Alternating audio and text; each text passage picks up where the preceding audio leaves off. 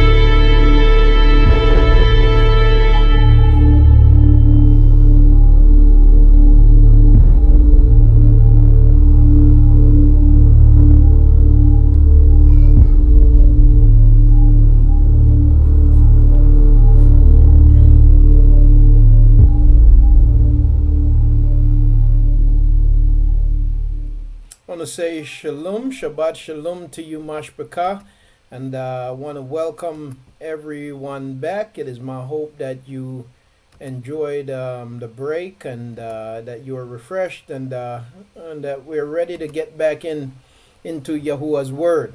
I also hope that the videos during the break were a baraka to those who heard. Okay, so we have a lot to cover, and really, if time permitted, I would spend more time reading through the book of Jubilees. We read chapter 1. I'd read some more before I go on to chapter 6, which is ultimately where I'm trying to get to right now. But I would really love to take some time to read some more from the writings for our benefit, because we understand the scriptures best when we take the time to just read it all the way through. The way Yahuah speaks, he speaks line upon line, precept upon precept, here a little and there a little, and if we just take the time to read it and gain a knowledge of it, then Yahuah puts it in order for us. And so I would love to, if I had time, to just continue to read, because there's so much great truths there for us, and things that will help us to understand his word better. But for the sake of time, I'm going to skip ahead a little bit. Now I'm going to ask you to recall what we read in the book of Chanuk earlier. Remember where we read about the way the year is divided up? Now keep in mind also, family, that one of the things that we saw so far in our reading, Yahuah said that he was going to give our calendar over to the wicked, that that we would not know the times nor the seasons. We wouldn't even know how to calculate the year, you see. And as somebody raised the question about Shabbat, even there is a possibility, there is a very real possibility. And you see, people who desire the truth, people who have a desire for truth, an earnest desire for truth, is not afraid to admit to the fact that, there are things that I don't know. And so I must keep on searching, and I must keep on seeking.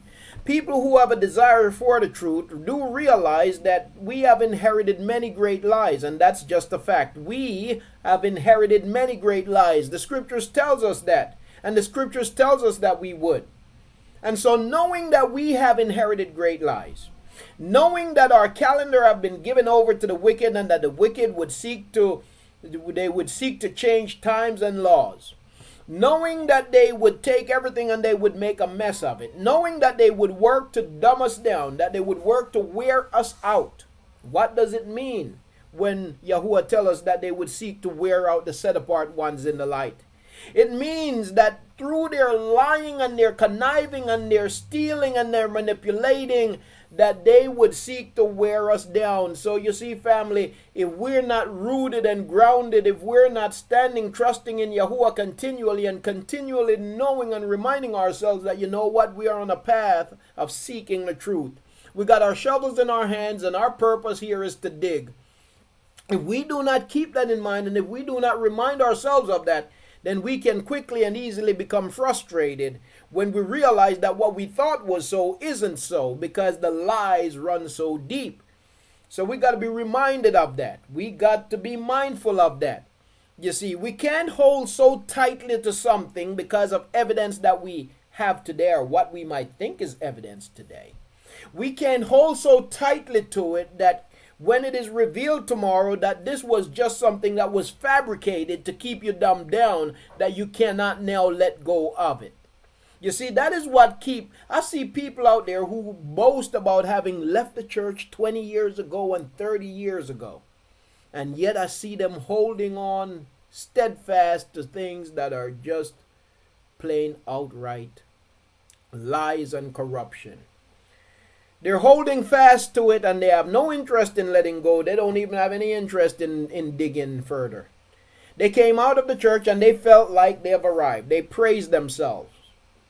You see, and others praise them, and they feel they have arrived. And even though they're in error concerning a lot of things, you can't tell them anything because they feel they have arrived. Family, it is a big mistake for us to think that we have arrived. It is a big mistake to think that we have uncovered all the lies. It is a big mistake to think that there is nothing more to learn. It is a big mistake to think that we cannot be taught by anyone. It is a big mistake to be so prideful that we cannot be corrected. And so we have to know, we have to note, we have to recognize that we have inherited many great lies. It's a part of the curse. It's a part of the curses that we would. And if we keep that in mind, and if we remain humble and teachable, and if we remain diggers, and if we remain hungry for Yahuwah and His truth, then certainly Yahuwah will reveal Himself to His people in time. And so, family, we're continuing on with our digging. Okay? I'm going to go to the book of Yubalym. Yubalym chapter 6. We read from chapter 1. And family, there's a lot to read there. Chapter 5, chapter 6, chapter 7. Starting in chapter 1, there's just a lot we can learn from these writings. And they agree with the script, with the rest of the scriptures. Okay, so let's see. I'm sorry, I'm gonna put this back on the screen. Let's see. Share my screen here again as we go back to the book of Yubalym.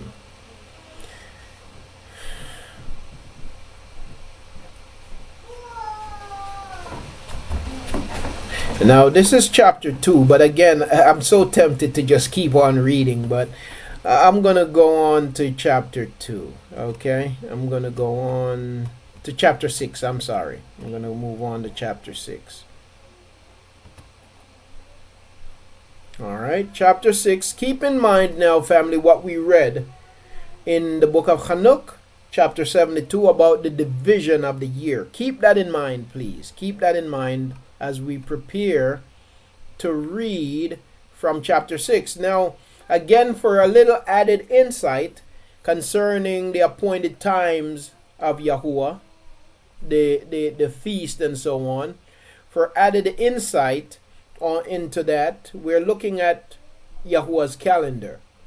You can't discuss the calendar without discussing the feast of Yahuwah. Okay? And so, for a little more insight, I'm going to begin at verse 1 here in chapter 6. Now remember, in the book of Chanuk we read that how many days are there in a year, Mashpaka? In the book of Chanuk we read that there are how many days in a year? Let me come back to the chat. 364. Toda Aki.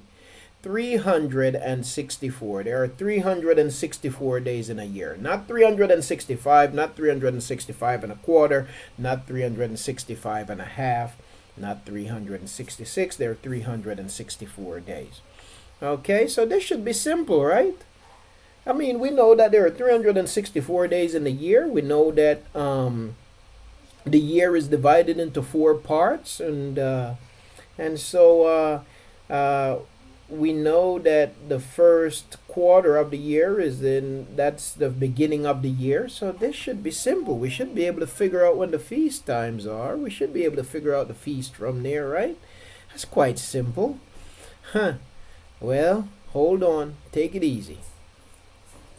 Yeah, that's right. It's not so simple. Not so simple. Not so simple. Again, because of the curses, it's not so simple. So let's take our time, family. Let's walk this thing through. Okay, let's walk this thing through. Let's not jump to conclusions, right? Let's examine Yahuwah's word. All right, so I'm going to begin reading from verse 1. And on the new moon of the 3rd month, he went forth from the ark and built an altar on that mountain. And he made atonement for the earth, and took a kid, and made atonement by its blood for all the guilt of the earth.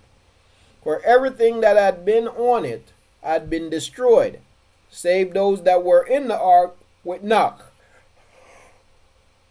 And he placed the fat thereof on the altar, and he took an ox, and a goat, and a sheep, and kids, and salt, and a turtle dove, and the young of a dove, and placed a burnt sacrifice on the altar, and poured thereon an offering mingled with oil, and sprinkled wine, and strewed frankincense over everything, and caused a goodly savor to arise acceptable before Yahuwah. And Yahuwah smelt the goodly savor, and he made a contract with him, that there should not be any more a flood to destroy the earth, that all the days of the earth, seed time and harvest, should never cease, cold and heat, and summer and winter, and day and night. By the way, I forgot to share. Yes, I am. I didn't remember that I'm sharing the screen already on YouTube. Okay? So he made a contract with Enoch that for all the days that the earth continue to exist, seed time and harvest should never cease, cold and heat, and summer and winter, and day and night should not change their order nor cease forever. And you, increase you and multiply upon the earth, and become many upon it, and be a baraka upon it. The fear of you and the dread of you I will inspire in everything that is on the earth and in the sea. And behold, I have given unto you all beasts and all winged things, and everything that moves on the earth, and the fish in the waters, and all things for food. As the green herbs, I have given you all things to eat. But flesh with the life thereof, with the blood you shall not eat.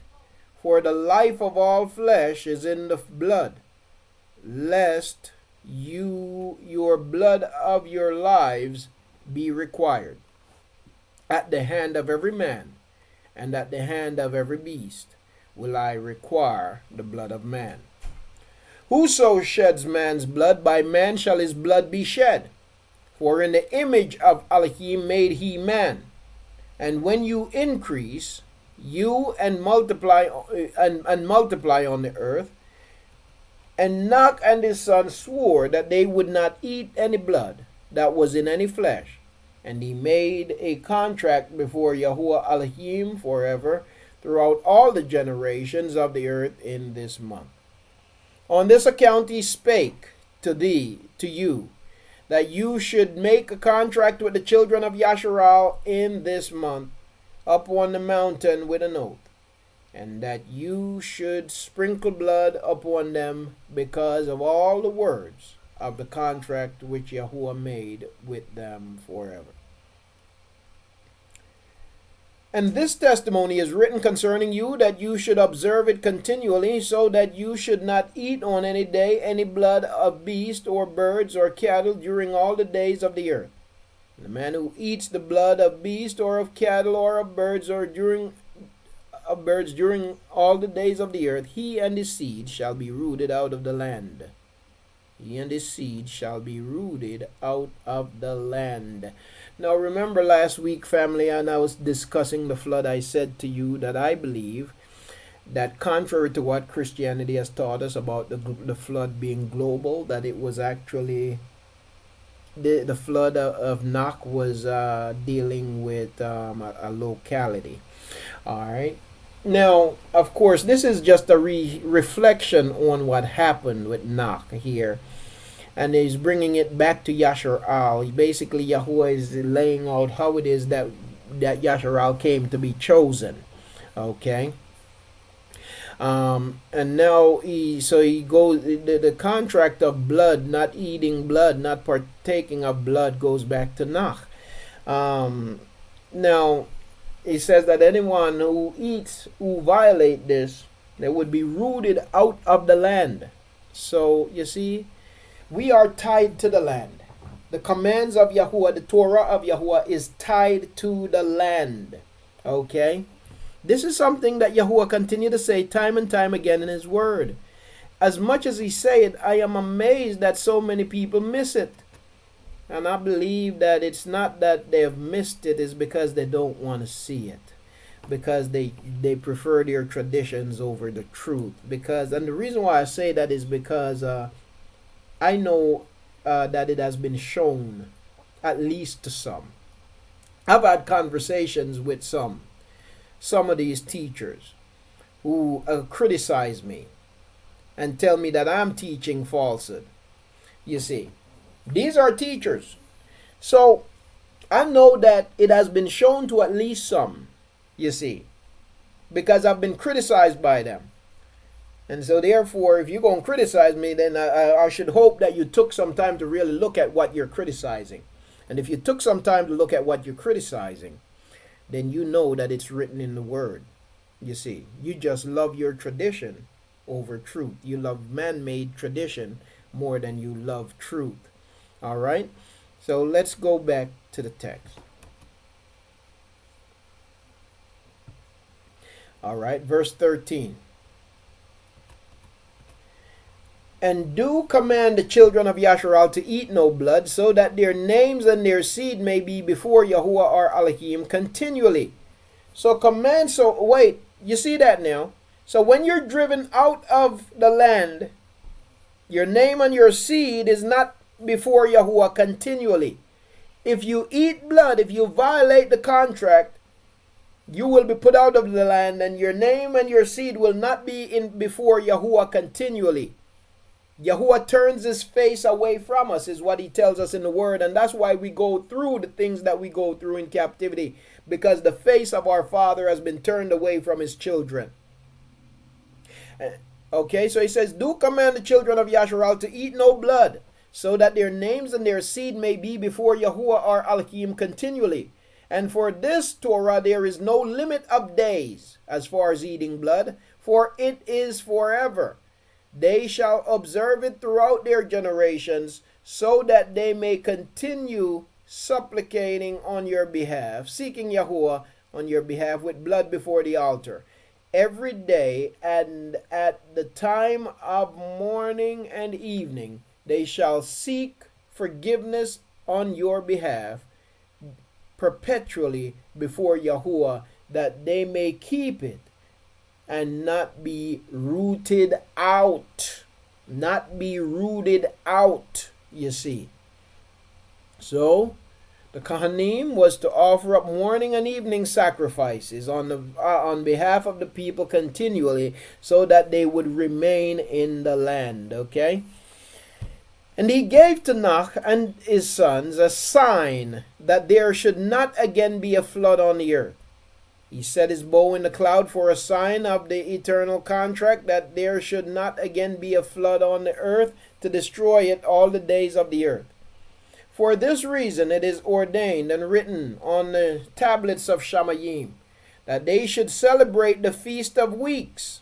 So you see, when the Feast of Weeks was established with Enoch. In this month, once a year, to renew the contract every year. Okay? So the feast, one of the things about the Feast of Weeks, it serves as a reminder that Yahuwah would no longer destroy the earth with water, but with fire.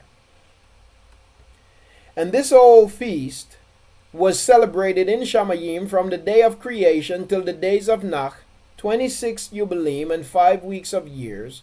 And Enoch and his sons observed it for 7 Jubilees and 1 week of years, till the day of Enoch's death.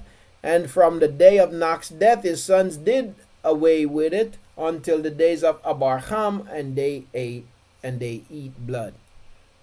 But Abraham observed it, and Yitzchak and Yaakov and his children observed it up to your days. And in your days the children of Yasharal forgot it until you celebrated it anew on this mountain. This is Yahuwah speaking to Masha. And do command the children of Yasharal to observe this feast in all their generations for a commandment unto them. 1 day in the year in this month they shall celebrate the feast. For it is the Feast of Weeks and the Feast of First Fruits. This feast is twofold and of a double nature, according to what is written and engraven concerning it, celebrate it. So according to the instructions concerning it, that's the way you are to celebrate it.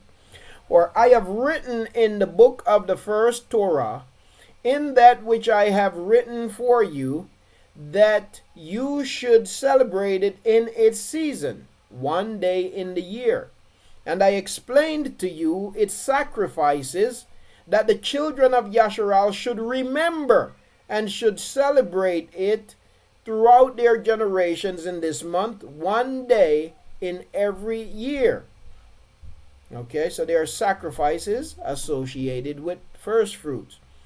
And on the new moon of the first month, and on the new moon of the 4th month, and on the new moon of the 7th month, and on the new moon of the 10th month are the days of remembrance, and the days of the seasons in the 4 divisions of the year. Did you hear that?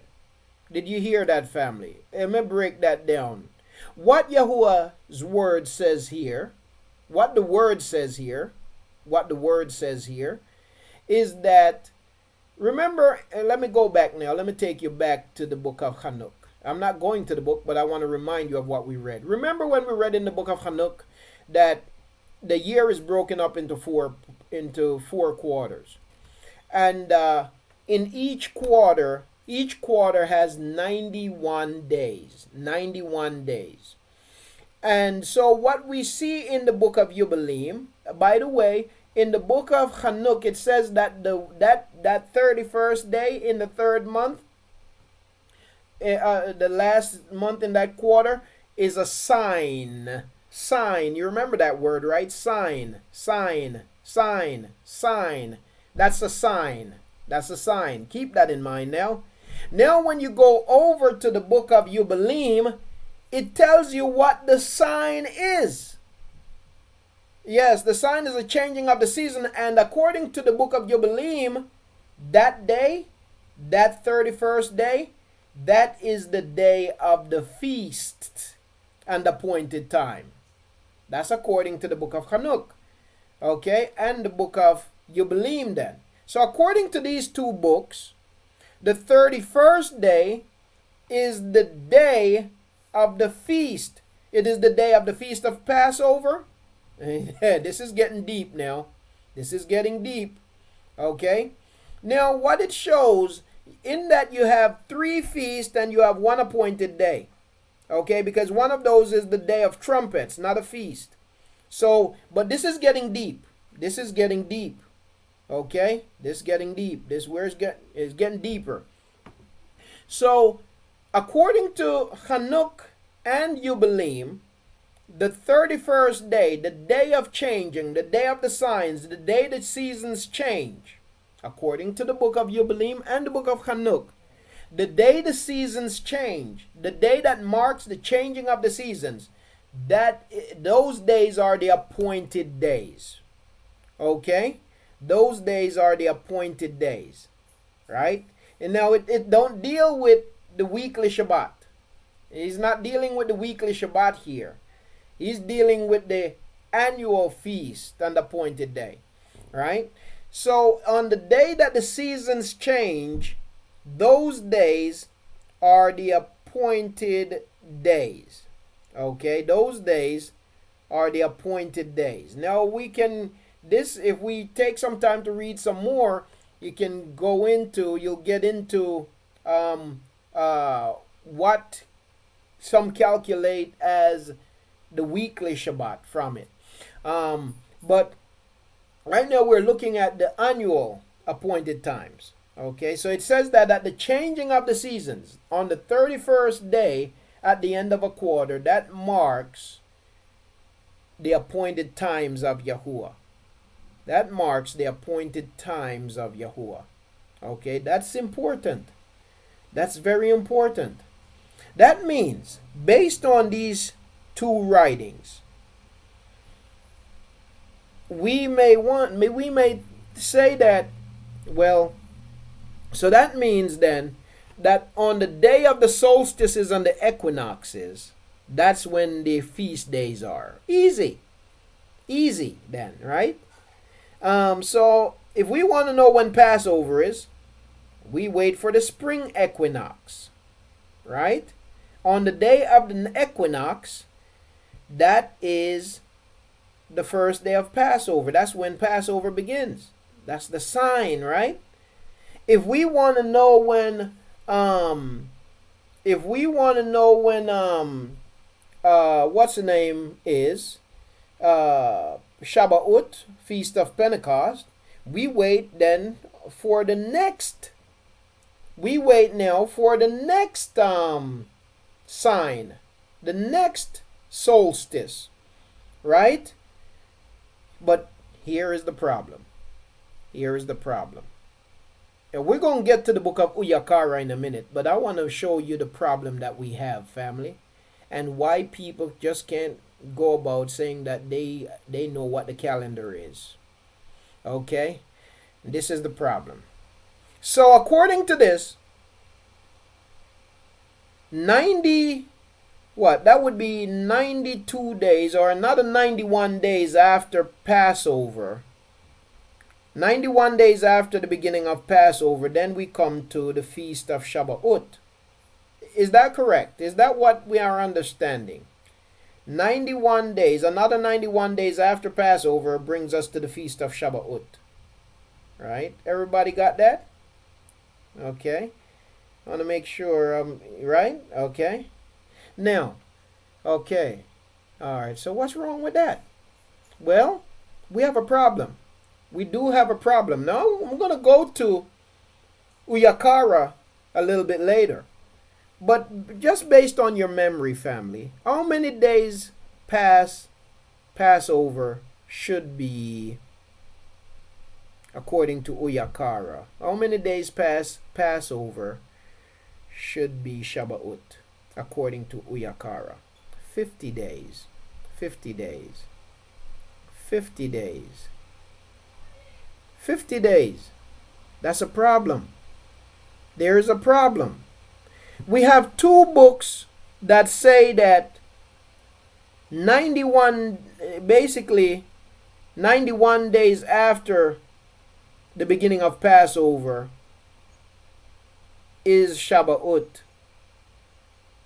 But we have one book that says that 50 days after the ending of Passover should be the beginning of Shabbat.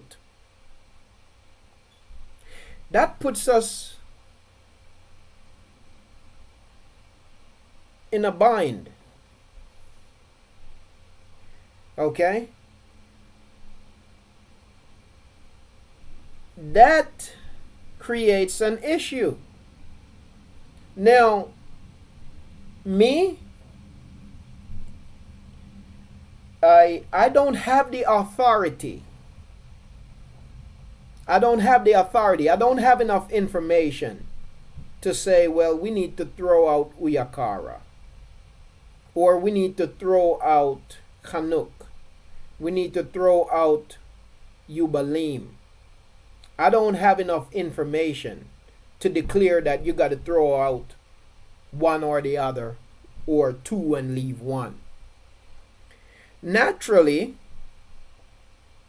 when you have two witnesses against one witness, naturally it would be easier to go with the two witnesses as opposed to the one witness.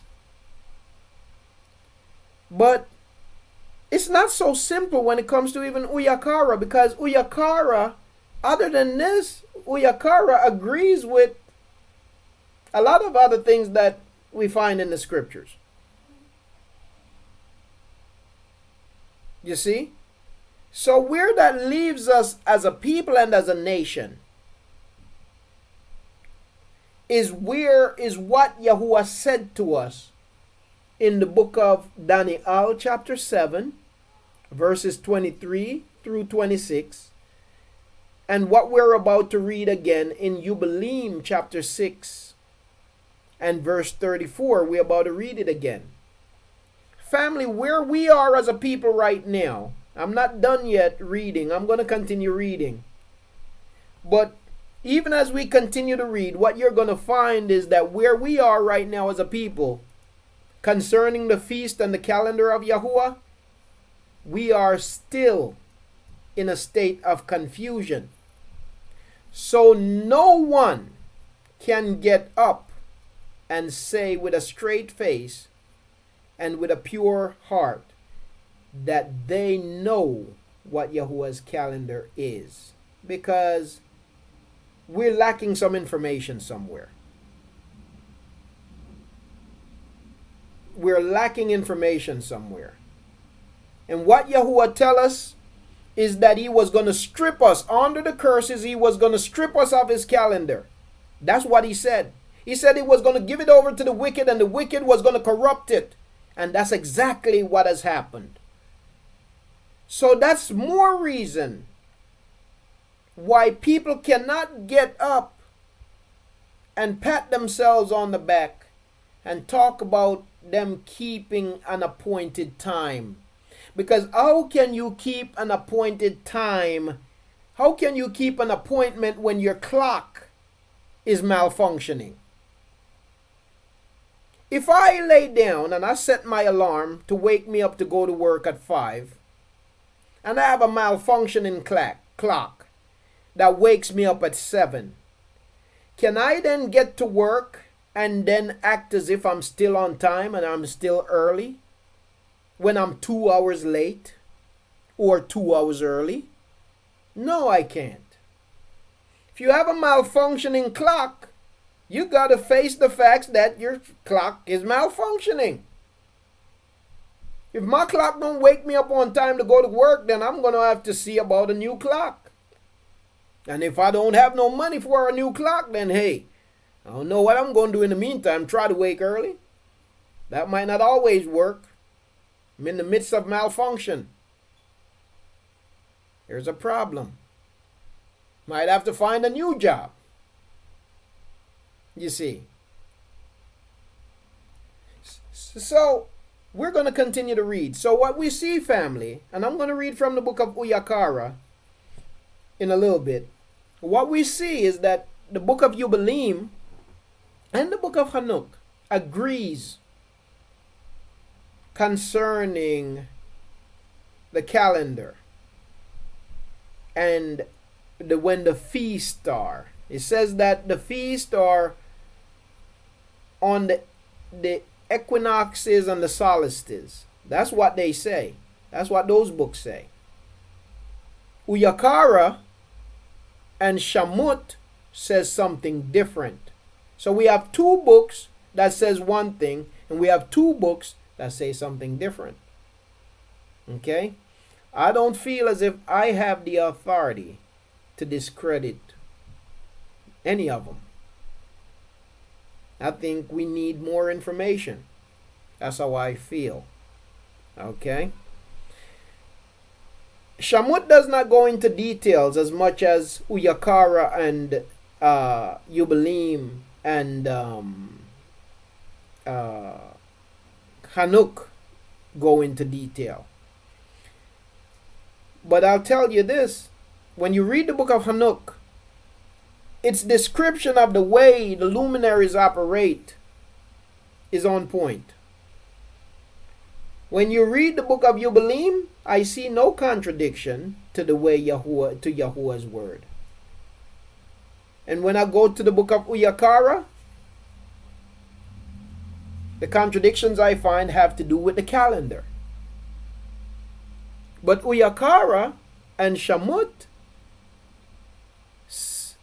seem to agree to some extent, but Shamut Exodus doesn't give you a whole lot of details concerning the calendar. It does tell you when the beginning of the year is. It tells you that it's in the spring. You see. So, anyway, we're going to continue to read. Okay? We're going to continue to read.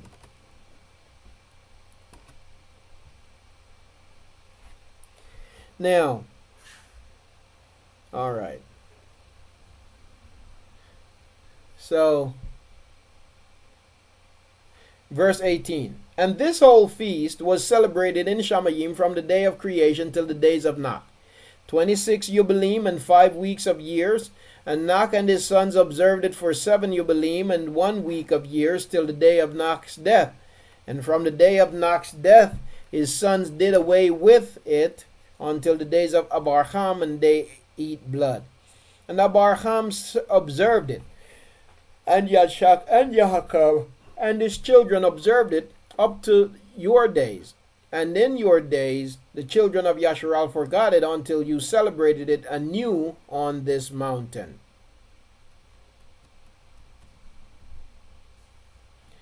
And do command the children of Yasharal, verse 20, to observe this feast in all their generations for a commandment unto them. 1 day in the year, in this month, they shall celebrate the feast.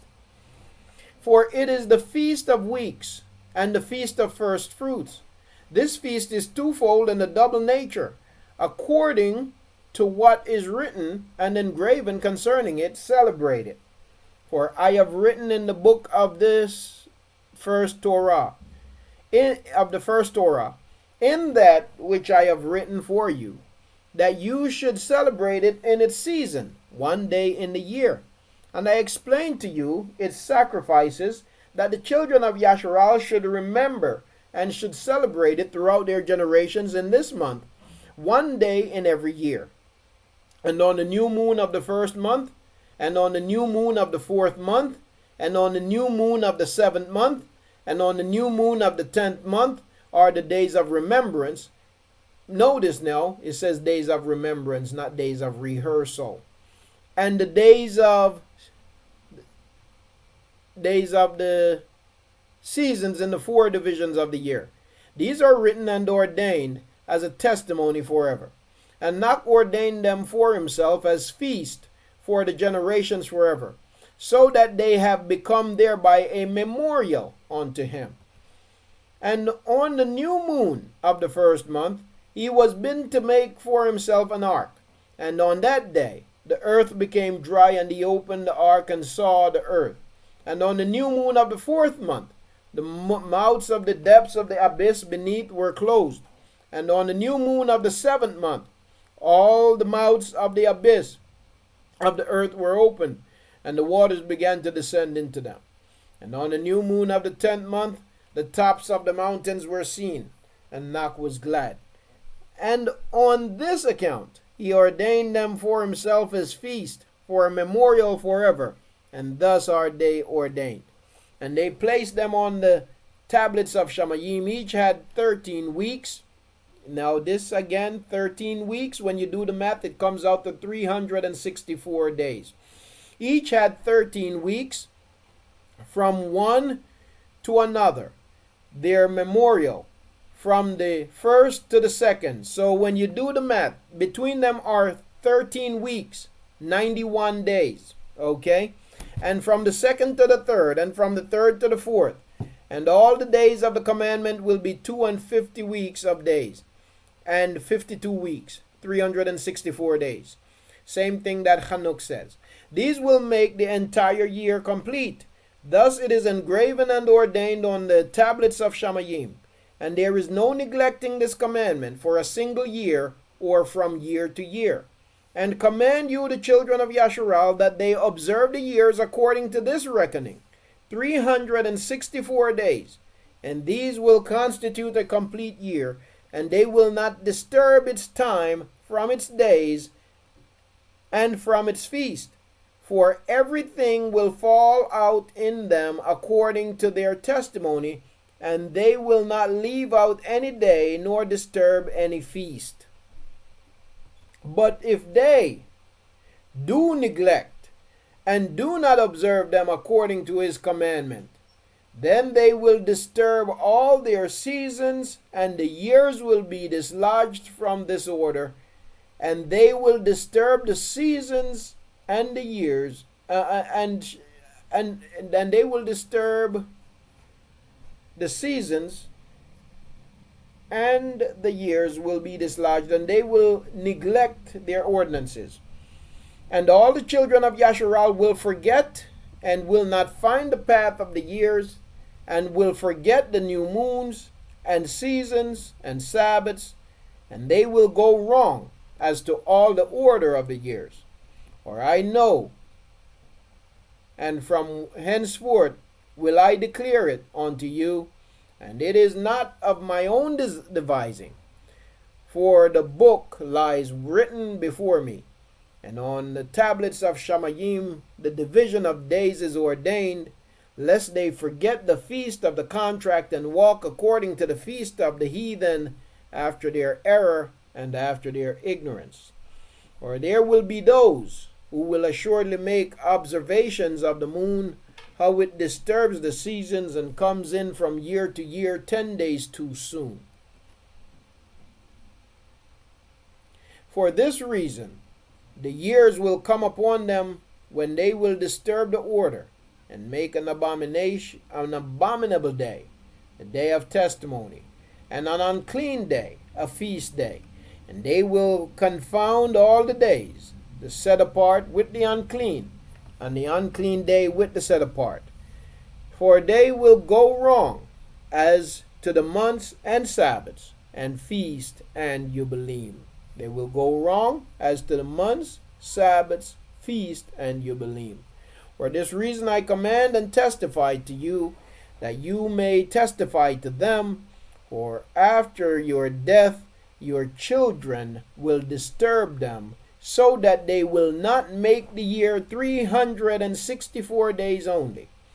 And for this reason they will go wrong as to the new moons and seasons and Sabbaths and feasts, and they will eat all kinds of blood with all kinds of flesh. All right.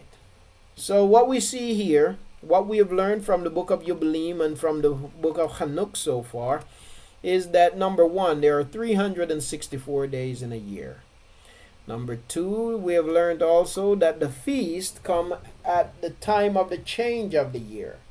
that the day of the change, the day of the equinoxes and the solstices, is what determine the days. Is what determine the feast days. That's what we have learned from the writings that we have read so far. Now, we want to go to the book of Uyaqara. Is there anyone here who do not believe that Uyaqara belongs in the scriptures, that it's a part of Yahuah's word? And we have anyone who think that Uyaqara isn't a part of Yahuah's word? I don't think so. I think that it is also. You see, Leviticus, the book of Leviticus, right? When I read it, it agrees with the things that Yahuwah say. I hear the voice of Yahuwah in the book. But when it comes to the calendar, we have a problem. But the bigger problem is that I don't believe any of us is in a position to write it off, right? I'm certainly not in a position to write it off. And so because I'm not in a position to determine what should be in and what should be out, I'm not in that position, then I got to tread with caution. And caution is to know what Yahuah's word says. Number one, that is appointed times are appointed for a specific place, and I'm not in that place. Right? That we're not, as a people in captivity, as a people separated from the land, we're not in a position to keep the feast outside of the land. That's what his word says when we study all of his word concerning the feast. And so knowing this, I'm not so pressed either to try to say, well, I've got to do away with a book because it doesn't agree with these other books. Again, because I don't know if there's anybody right now who's in a position to even make that call, even though people are doing it. Aki? Yes, go ahead, Aki. Yeah, just to touch on that, we know that things was turned over to the heathens and the wicked, so they just twisted all up. So yes, of course we couldn't make that call because we don't have the absolute truth. Yes. So yeah, I mean, so we take what we can from it. We get discernment from Yahuwah, and he'll give us the truth. Indeed. Indeed, Aki. Indeed. Yes. So we're going to read now what it says there, right? We're going to read there what it says in Uyaqara. And yes, indeed, he will make the crooked places straight. He will. Now, the only thing we have to exercise while we wait for him to do that is patience, We just have to exercise some patience and not get ahead of him. That's the only thing. And that can be a challenge. When you want something so bad. Now, we might get a little upset at our kids now because we forget how we were when we were kids, right? But you think about your kids if for those who have younger kids. Like you tell them you're going to give them something. And man, every 5 minutes they come asking you, can I have it yet? You're taking them somewhere. Are we there yet? Are we there yet? Can't wait. Just can't wait. They're overexcited. Well, that's us too, family. We have a hope that we're looking forward to. And sometimes it's hard to wait. But not being able to wait can get us in trouble. You see? Did I hear you, Aki? Yeah. Not being able to wait can get us in trouble. So we've got to be able to endure with patience, you see. So I understand the anxiety. I understand the anxiousness It's probably why Shaul says, be anxious for nothing, but in everything, through prayer and seeking, make your petition known to Yahuwah. You see. But it can be a difficult thing waiting.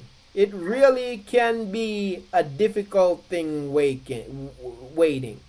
Yeshayahu chapter 40 and verse 4, Akeem Franklin just posted it. Let every valley be raised and every mountain and hill be made low, and the steep ground shall become level, and the rough places smooth. Allahu Yahuwah.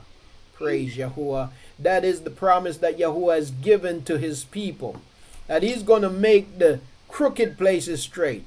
You see, the steep places will be made low. Those things that we right now don't understand will be made plain. Truth will be revealed and the corruption will be unveiled. You see, Yahuwah will cause us to know his way. Yeshayahu 40 verse 5, and the esteem of Yahuwah shall be revealed, and all flesh together shall see it, for the mouth of Yahuwah has spoken. Hallelujah. Praise Yahuwah. Yes, indeed. So our challenge, the challenge is for us to be able to wait on Yahuwah and not go and create our own thing, do our own thing. You see, that's the challenge. But it's a challenge that a lot of people can't seem to,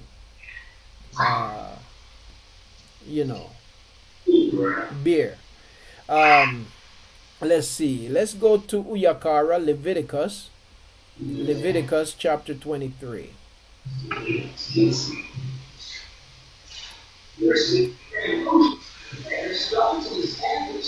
Leviticus 23. I think there's a microphone open, Mashpaka. Leviticus 23. Let's see. 1 second.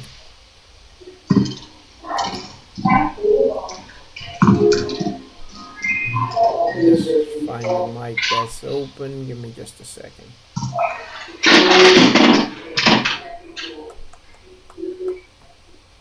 Bear with me here.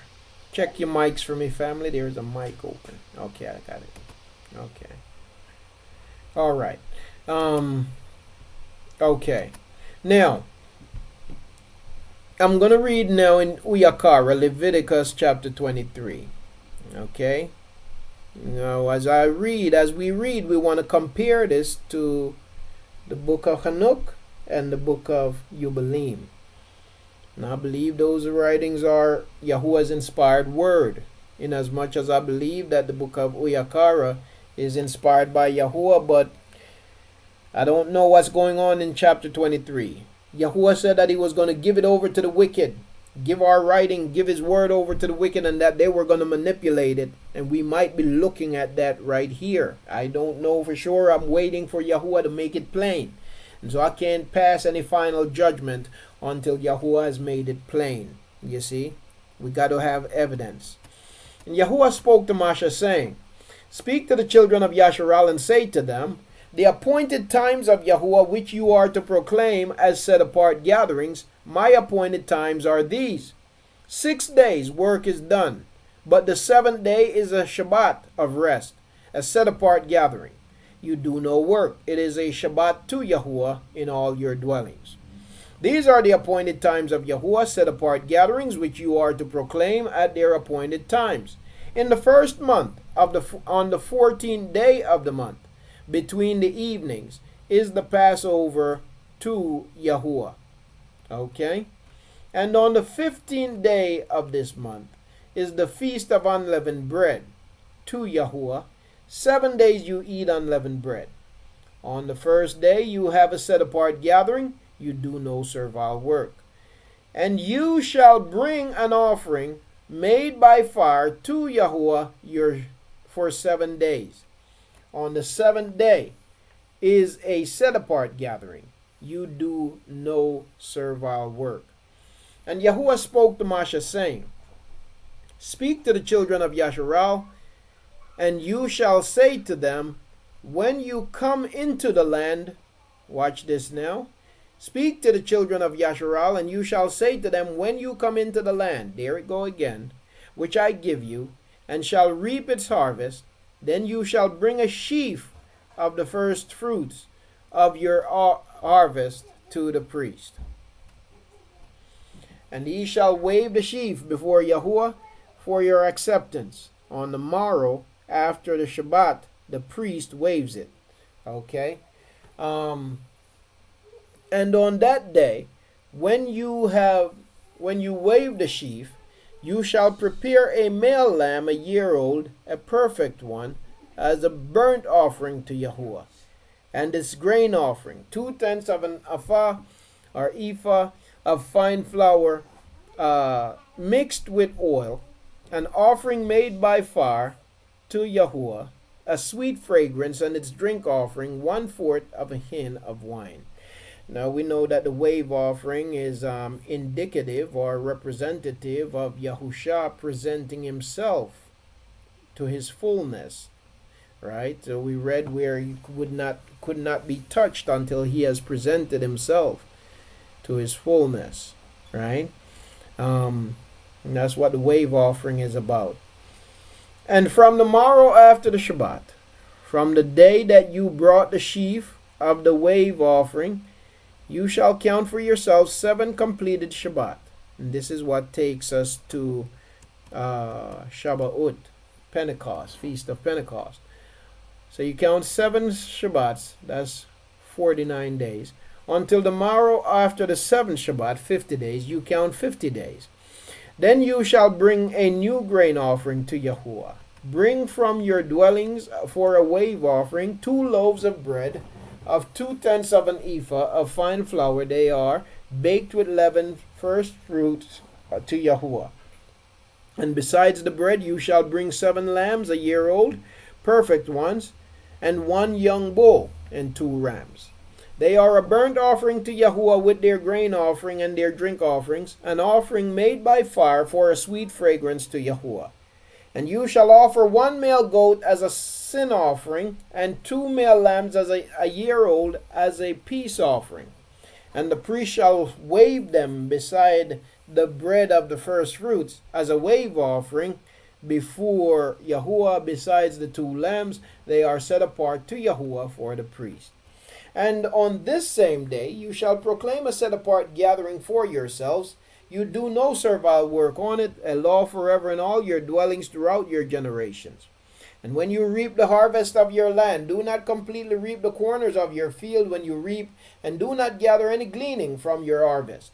Leave them for the poor and for the stranger. I am Yahuwah your Elohim. And Yahuwah spoke to Moshe, saying, Speak to the children of Yasharal, saying, In the 7th month, on the 1st day of the month, you have a remembrance of blowing of trumpets, a set apart gathering. Now this agrees with the calendar of Chanuk and Yubalym, but the feast first fruits would be off. Doesn't match up. You do no servile work, and you shall bring an offering made by fire to Yahuwah. And Yahuwah spoke to Moshe, saying, On the 10th day of this 7th month is the day of atonement. It shall be a set apart gathering for you, and you shall afflict your beings, and shall bring an offering made by fire to Yahuwah. And you do no work on that same day, for it is the day of atonement, to make atonement for you before Yahuwah your Elohim. For any being who is not afflicted on that same day, he shall be cut off from his people. And any being who does not work on that same day, that being I shall destroy. Who does any work on that same day, that being I shall destroy from the midst of his people. You do no work, a law forever throughout your generations in all your dwellings. Talking to Yasharal while they're dwelling in the land. It is a Shabbat of rest to you, and you shall afflict your beings on the 9th day of the month at evening. From evening to evening you observe your Shabbat. And Yahuwah spoke to Moshe, saying, Speak to the children of Yasharal, saying, On the 15th day of this 7th month is the Feast of Booths for 7 days to Yahuwah. This one does not line up with the calendar of Chanuk. Okay. On the first day is a set apart gathering. You do no servile work. For 7 days you bring an offering made by fire to Yahuwah. On the 8th day there shall be a set apart gathering for you, and you shall bring an offering made by fire. Or it might be that they just don't talk about that one. They're just speaking about, no, but they said a feast day. That's the thing. Trumpets is an appointed day, not a feast. You shall bring an offering made by fire to Yahuwah. It is a closing festival. You do no servile work. These are the appointed times of Yahuwah, which you proclaim as set apart gatherings to bring an offering made by fire to Yahuwah, a burnt offering and a grain offering, a slaughtering and drink offering, as commanded for every day. Besides the Sabbaths of Yahuwah, and besides your gifts, and besides all your vows, and besides all your voluntary offerings which you give to Yahuwah. On the 15th day of the 7th month, when you gather in the fruit of the land, observe the feast of Yahuwah for 7 days. On the first day is a rest, and on the 8th day is a rest. And you shall take for yourselves on the first day the fruit of good trees, branches of palm trees, twigs and leafy trees, and willows of the stream, and shall rejoice before Yahuwah your Elohim for 7 days. And you shall observe it as a feast to Yahuwah for 7 days in the year, a law forever in your generations. Observe it in the 7th month. Dwell in booths for 7 days. All who are native people of Yahusha dwell in booths, so that your generations know that I made the children of Yahusha dwell in booths when I brought them out of the land of Mitzrayim. I am Yahuwah your Elohim. Thus did Masha speak of the appointed times of Yahuwah to the children of Yahusha. Hallelujah. So family, there it is. If we pay attention to Uyaqara, we find that things don't totally line up every step of the way. And so what we find is that there is information that we're lacking.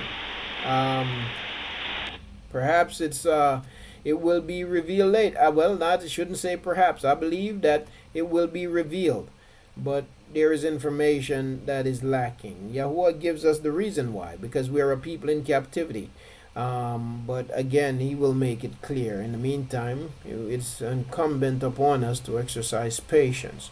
Let me go to my Aki Matat Yahu. Go ahead, Aki. Yes, Aki. You know, at this point,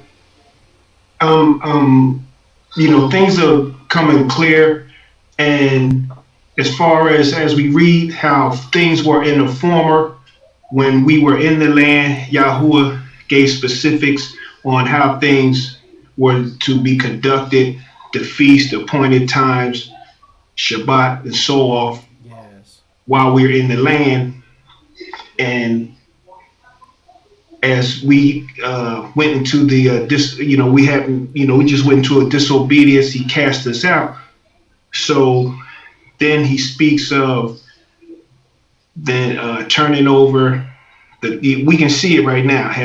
The land yes, has been turned over to the heathens. yes, The Torah has been turned over. Everything has been turned over to the heathen. yes, Been distorted. yes, And as we read in Jubilees, Yahuwah speaks on how he will make things new. yes, When the new Jerusalem descends, and all things will be made new. So, I mean, I want to see if I'm clear on this, that, what we see now when we read is how things, Yahuwah had things for us as we read the former things, and then he speaks on how things will be restored after his coming, that things will be new because the heathens won't be around. Yes. So it has to be new.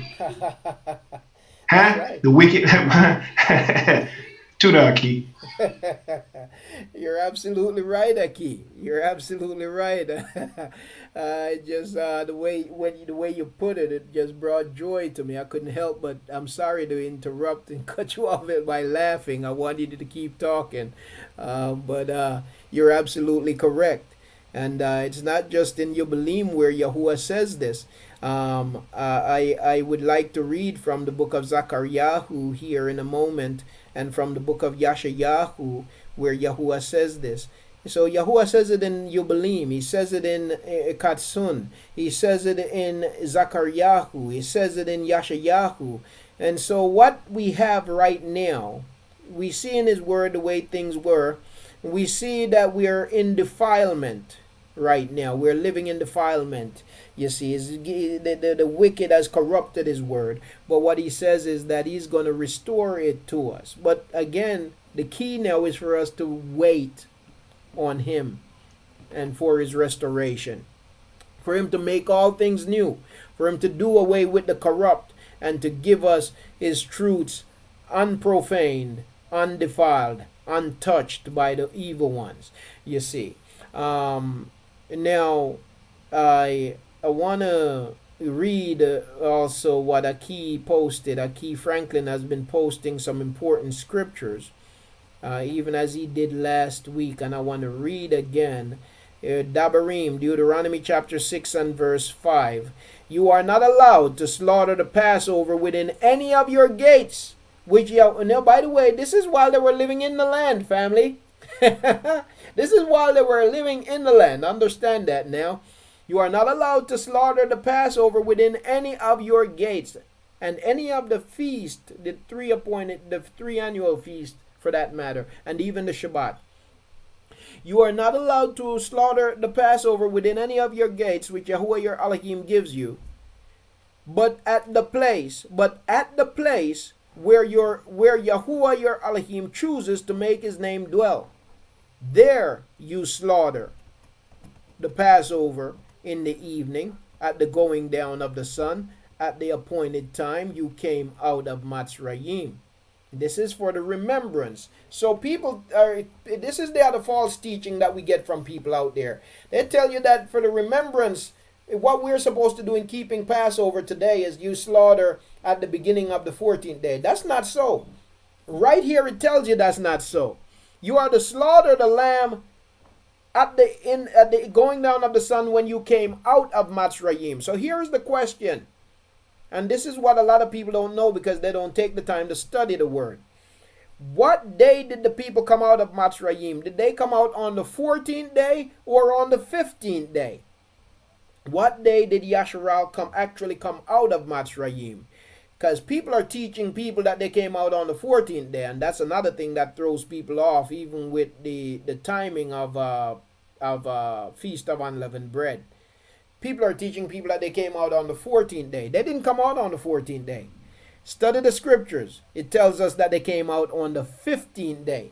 So Yahuwah says that you are to slaughter the remembrance lamb at the time as you were coming out of Matzrayim, which would be the 15th day, not the 14th day. So you kill the lamb at the end of the 14th day so it can be eaten on the 15th day. Okay, at the beginning of the 15th day, because the 15th day is when the people actually came out of Matzrayim. You see. Now, but at the place where Yahuwah your Elohim chooses to make his name dwell, there you slaughter the Passover in the evening at the going down of the,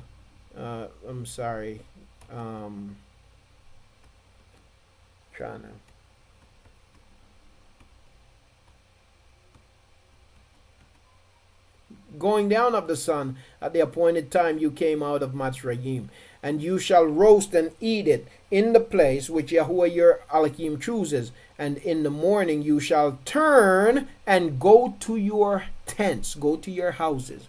So even while they were in the land, they were not to partake of the Passover in their houses. But how many people today do you see say they're keeping the Passover and everybody have a little thing going on in their houses here and there? Not even while Yasharal was in the land were they permitted to do so.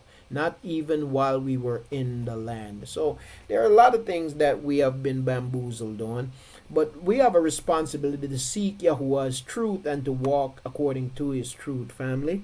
And so what we have to do is recognize where we are. Now, people say that they're in captivity, but they only say it, they don't get it in many cases. Recognize that we're a people in captivity. Recognize that we have been stripped as a result of our disobedience to Yahuwah, the disobedience of ourselves and our forefathers. And so we have been stripped, you see. And if we truly get that, then we will stop defiling ourselves and profaning Yahuwah's word more quickly. Let me go to, so talking about the restoration of all things, look at Yashayahu, go to Zachariahu chapter, I think chapter 14. Go to Zachariahu, and then I'll look at Yashayahu really quickly.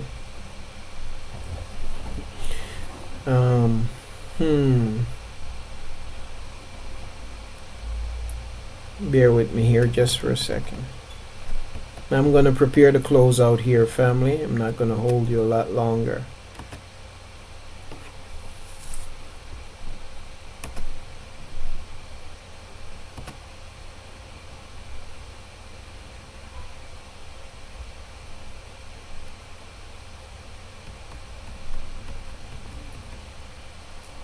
So what's interesting about Zechariah chapter 14 is that it begins by talking about an end time for Jerusalem, for the people. And that is a time in the past. But then it looks to the future and talks about what the final restoration of Yasharal will look like. So first it deals with something, a prophecy that was fulfilled, and a captivity that was to take place, and then it looks forward to future restoration. Now he says, see, a day shall come for Yahuwah, and your spoil shall be divided in your midst. And I shall gather all the heathen to battle against Jerusalem. And the city shall be taken, and the houses plundered, and the women ravished. Half of the city shall go into exile, but the remnant of the people shall not be cut off from the city. And Yahuwah shall go forth, and he shall fight against those heathen. And he fights in the day of battle. Hallelujah. You see, when Yahuwah came in his first coming, did he come to fight against our oppressors? Or did he come to redeem his people by his blood? We have to pay attention to this and understand this. The same thing we have to do when we go to the book of Yashayahu. So when he came, he did not come to avenge those who oppress us. He came to redeem us by his blood. That's what he came to do. When he returned, he comes to avenge and to deliver us physically when he returns. So this is not talking about this is talking about his return to regather us. Okay, we have to understand that. Okay, this is talking about now his return to regather us, a people who have been trodden down, a people who have been downpressed, a people who have been oppressed, a people who have been done wrong left and right, a people who, when we look at our situation and when we look at the injustice, sometimes it makes us cry, sometimes it makes us feel hopeless, sometimes it makes us perplexed, sometimes it makes us feel all kinds of way. But one thing we got to remember in the midst of it all is that there is hope. You see, when we think about how we have been treated, when we think about how we are being treated, sometimes we just want to go off. But we got to remain hopeful, knowing that this will not last forever, but this too shall pass. You see, sometimes we just want to lose it when we consider what we go through as a people. But you know, may Yahuwah continue to hold us together. And so he says, and in that day, number 3, and Yahuwah shall go forth, and he shall fight against those heathen, as he fights in the day of battle. And in that day his feet shall stand upon the Mount of Olives, which faces Jerusalem on the east. And the Mount of Olives shall be split in two, and from east to west, a very great valley. And half of the mountain shall move toward the north, and half of it toward the south. Yahuwah is going to divide that thing by a great earthquake, by setting his foot on it. And you shall flee to the valley of my mountain, for the valley of the mountains reaches to Atsal. And you shall flee as you fled from the earthquake in the days of Uzziah, king of Yehuda, and Yahuwah my Elohim shall come. Ha, hallelujah. Who are we going to see coming? Who are we going to see coming? Yahuwah, our Elohim, shall come. So when people tell you that we're waiting, when people tell you something that sounds like Yahusha is somebody other than Yahuwah, and we're waiting for the return of this one that is somebody other than Yahuwah, it's nonsense. Because who will come? Who are we waiting for? Yahuwah, Yahusha. That's who he is. Yahusha is no other than Yahuwah. He's going to set his foot on that mountain. He's going to divide that mountain. He's going to come and he is going to conquer. He's going to defeat our wicked enemies, you see, and regather his people.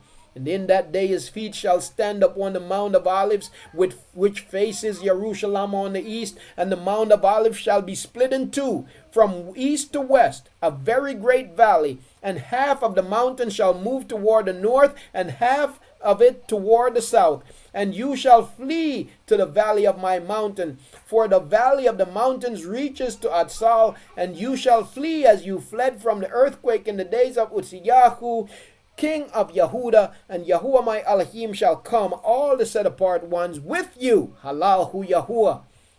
And in that day it shall be, there is no light, it is dark.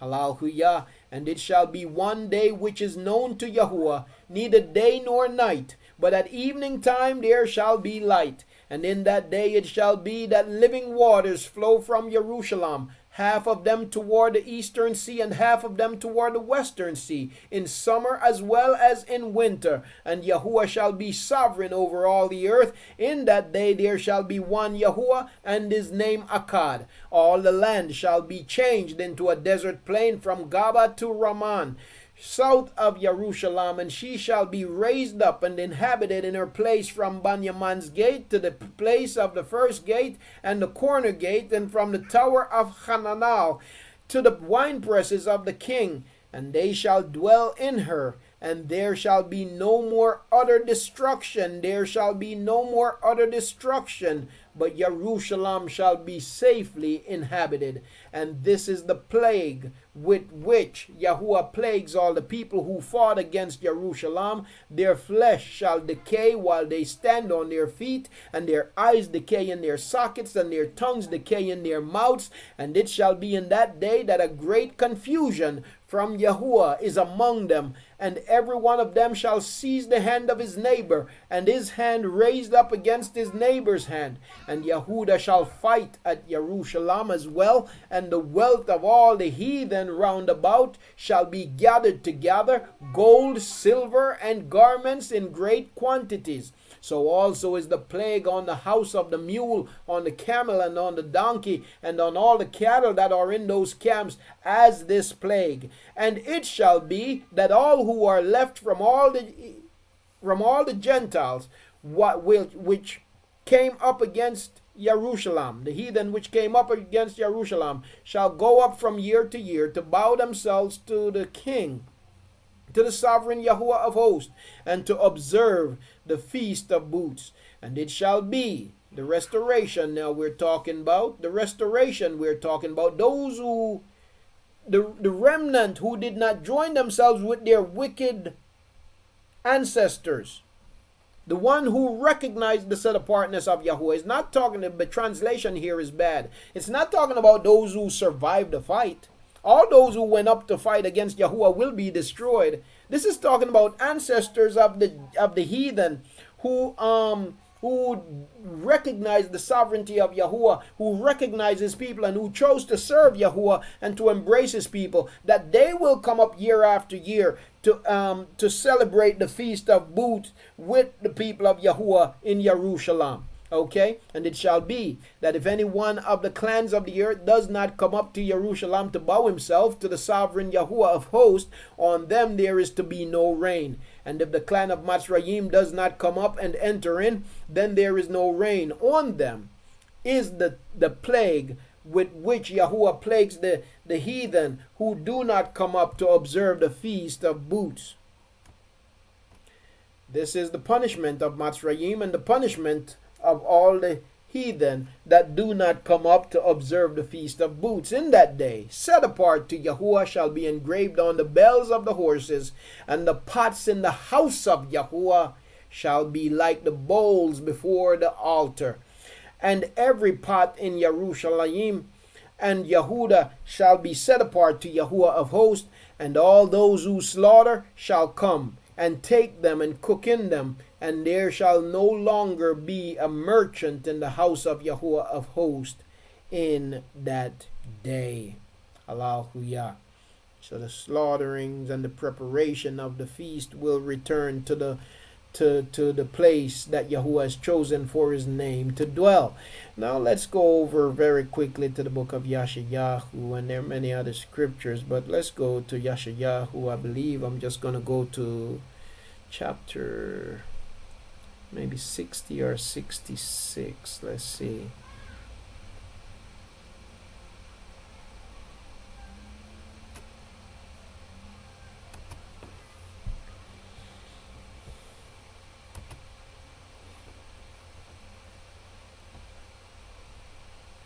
Bear with me just for a second while I get to it. Okay, I'm going to go to 66. I love chapter 60. Matter of fact, I'll read a little bit from there. Yasharal, arise, shine, for your light is come, and the esteem of Yahuwah is risen upon you. For look, darkness covers the earth, and thick darkness the peoples. But Yahuwah arises over you, and his esteem is seen upon you. And the heathen shall come to your light, and sovereigns and kings to the brightness of your rising.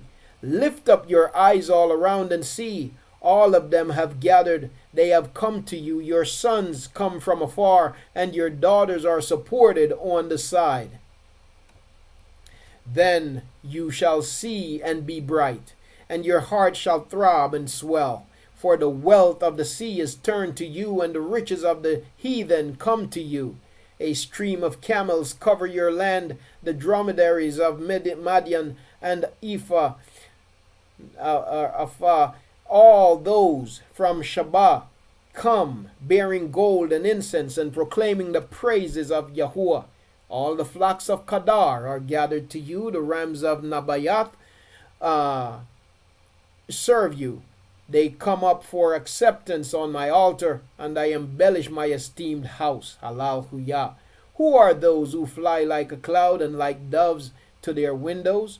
Because the coastlands wait for me, and the ships of Tarshish first, to bring your sons from afar, their silver and their gold with them, to the name of Yahuwah your Elohim, and to the set apart one of Yasharal, because he has adorned you. And the sons of foreigners shall build your walls, and their kings serve you. For in my wrath I have smitten you, but in my delight I shall have compassion on you. And your gates shall be open continually. They are not shut day or night, to bring you to the wealth of the heathen and their kings in procession. This is talking about during the millennial reign of Yahuwah. And this is where they will come in and they will rebuild the old ruins. But then there comes a time when everything that they have touched with their filthy hands will be consumed and destroyed, and the new Shamayim and the new Arats will be put in place. For the nation and the reign that do not serve you shall perish, and those heathen shall be utterly laid waste. The esteem of Lebanon shall come to you, cypress, pine, and the box tree together, to embellish the place of my set apart place. Hallelujah. And I shall make the place of my feet esteemed, and the sons of those who afflicted you come bowing to you, and all those who despised you shall bow themselves at the soles of your feet, and they shall call you city of Yahuwah, Zion, of the set apart one of Yasharal. Instead of you being forsaken and hated, so that no one passes through you, I shall make you an everlasting excellence, the joy of many generations. And you shall drink dry the milk of the heathen, and shall milk the breast of kings. And you shall know that I, Yahuwah, your Savior and your Redeemer, I, Yahuwah, your Savior and your Redeemer, am the Elohim of Yahuah'S. Instead of bronze I bring gold, instead of iron I bring silver, and bronze instead of wood, and iron instead of stones. And I shall make your officers peace, and your magistrates righteousness. Violence shall no longer be heard in your land, neither wasting nor ruin within your borders. And you shall call your walls deliverance and your gates praise. No longer is the sun your light by day, nor does the moon give light to you for brightness. But Yahuwah shall be to you an everlasting light, and your Elohim your beauty. No longer does your sun go down, nor your moon withdraw itself. For Yahuwah shall be your everlasting light, and the days of your mourning shall be ended. And your people, all of them set apart, shall inherit the earth forever, a branch of my planting, a work of my hands to be adorned. The little shall become 1,000, and the small one a strong nation. I, Yahuwah, shall hasten it in its time. Halal hu Yahuwah. Could go on to 66, but I'm going to stop here, Mashpaka. I'm going to stop here for today, and at this time I'm going to see if there are any comments or questions before we close out. But again, it is my hope that our study today has been a barakah to you, that it has helped you to understand better the calendar, Yahuwah's calendar, and to understand Yahuwah's expectation of us at this time. And so once again, I want to open the mic to any comments or questions before we go. Praise Father Aki, praise Yahuwah, praise Yahuwah, Hallelujah.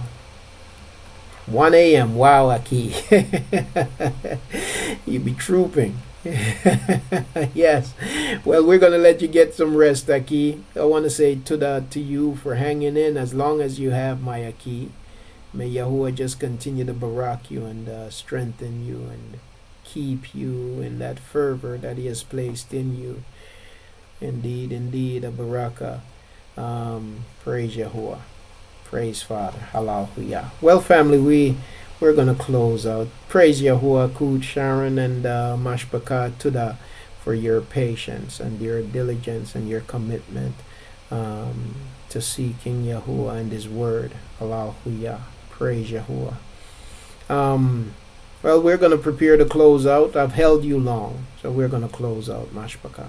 Praise Yahuwah. Abba Yahuwah, we thank and praise you for this Shabbat, for this fellowship. We thank and praise you for making it possible for us to assemble, even though we're so scattered.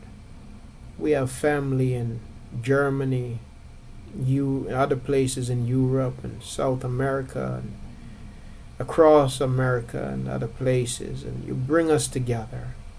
For that we say, Tuda Yahuwah. May you continue to barak your people, to our families who are still ill, sick, Aki Yaram who is recovering. Father, I pray that you would just continue to barak your servant and to show favor unto him and to his Asha, Akut Yolanda, his sister, Akut Vernice. And we praise and thank you for what you've done and what you're doing in our Akut Yariyah and the rest of our family. We say, Tuda Yahuwah. May you continue to barak our people and keep us in your way and in your word.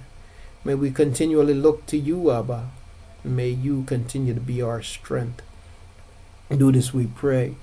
I pray that you would watch over us in this week that we now enter into, that you would keep us guarded and secured, and that you would bring us together once again. Father, have your way in your people. We pray in Yahusha's name. Amen. Halahu Yahuwah. Praise Yahuwah. Once again, Mashpaka. May Yahuwah. Oh, let me just say this very quickly. Tomorrow evening, we'll be on tomorrow evening, and had a request for a particular subject matter, and we're going to look at that tomorrow evening, and that is on the Watchers. We're going to be talking about the Watchers tomorrow evening, and what actually happened. Did they create life? Did they create humans, or what happened? So we're going to look at that tomorrow evening, 7 p.m. Yes, Akud, 7 p.m. Of course, that's in a different room. That's in Foundational Facts Fellowship. I think I have thing here. I'm going to put it on the screen. But that will be on Foundational Facts Fellowship. Let's see. Yes. Oh, by the way, I want to say shalom also to the family on YouTube. I'm sorry, I forgot to check. Yes, I do feel quite tired. I do feel quite drained. But to the Rabbah. Yes, so and I am going to get some rest. You know, I stayed up pretty late last night. So I'm paying for it. But yes, Foundational Facts Fellowship. The number is up to that room is 288 09658288 and the toll-free number to call in 201-201-479-4595. It's 1-201-479-4595. Well, family, once again, may Yahuwah rock you and keep you. May Yahuwah cause his face to shine upon you and to show favor unto you. May Yahuwah lift up his face, his countenance upon you, and give you his shalom. May the name of Yahuwah be upon you. Hallelujah. Love and appreciate you all, and shalom mashpaka. Shalom. Lela tub.